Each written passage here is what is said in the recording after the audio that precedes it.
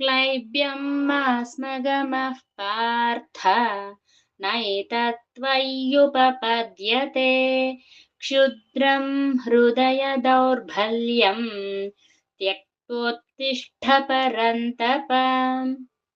ఈ శ్లోకము భగవద్గీతలోని 2వ అధ్యాయంలో 3వ శ్లోకం. ఈ శ్లోకము అర్జునుడిలోని మానసిక సంఘర్షణను తొలగించి అతనిని కర్తవ్యోన్ముక్తుడిని చేయడానికి శ్రీకృష్ణుడు చేసిన మొదటి పిలుపు. భగవంతుడు ఏమంటున్నాడంటే, పిరికితనాన్ని పొందకు, అది నీకు తగదు.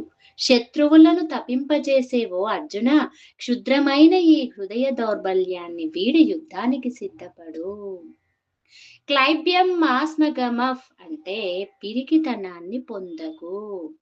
జీవితంలో క్లిష్ట పరిస్థితులు ఎదురైనప్పుడు బాధ్యతల నుండి పారిపోవాలని చూడడం క్లైబ్యము లేదా నపుంసకత్వము అని శ్రీకృష్ణుడు అంటున్నాడు. ఇది శారీరక బలహీనత కాదు, మానసిక దౌర్బల్యం. గందరగోళంలో ఉన్నప్పుడు ధైర్యాన్ని కోల్పోవడం సహజం, కానీ ఆ స్థితిలోనే ఉండిపోవడం తప్పు. నైతత్వయ్యుపపద్యతే అంటే అది నీకు తగదు, ఇది నీకు తగదు అని అర్థం.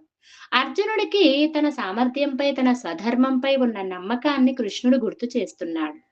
ఒక వ్యక్తి తన స్థాయికి, తన వ్యక్తిత్వానికి తగని పనులను చేస్తున్నప్పుడు అతన్ని సరైన మార్గంలో పెట్టడానికి ఈ మాట వాడతారు. ప్రతి మనిషికి ఒక బాధ్యత ఉంటుంది. ఆ బాధ్యతను విస్మరించడము ఆ వ్యక్తికి తగని పని. క్షుద్రం హృదయ దౌర్బల్యం అంటే హృదయ దౌర్బల్యం. అర్జునుడు యుద్ధం చేయనని చెప్పడం వెనుక ఉన్నది కరుణ అని భ్రమపడుతున్నాడు. కానీ కృష్ణుడు దానిని క్షుద్రమైన హృదయ దౌర్బల్యం అంటే చిన్న చూపు కలిగించే బలహీనత అని పిలిచాడు.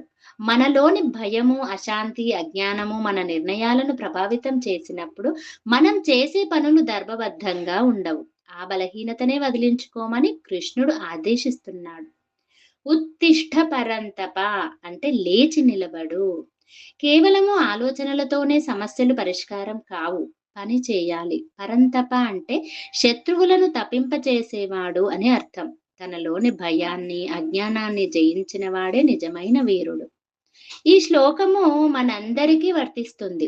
జీవితంలో కష్టాలు వచ్చినప్పుడు బాధ్యతల నుండి పారిపోకుండా మనలోని బలహీనతలను గుర్తించి ధైర్యంతో ఎదుర్కోవడమే నిజమైన ఆధ్యాత్మికత. మన కర్తవ్యాన్ని నిర్వహించడమే భగవంతుడికి ఇచ్చే గౌరవము, భయము, సంకోచము అనే బంధనాలను తెచ్చుకొని ఆత్మవిశ్వాసంతో పనిలో నిమగ్నం అవ్వడమే ఈ శ్లోకం ఇచ్చే సందేశము.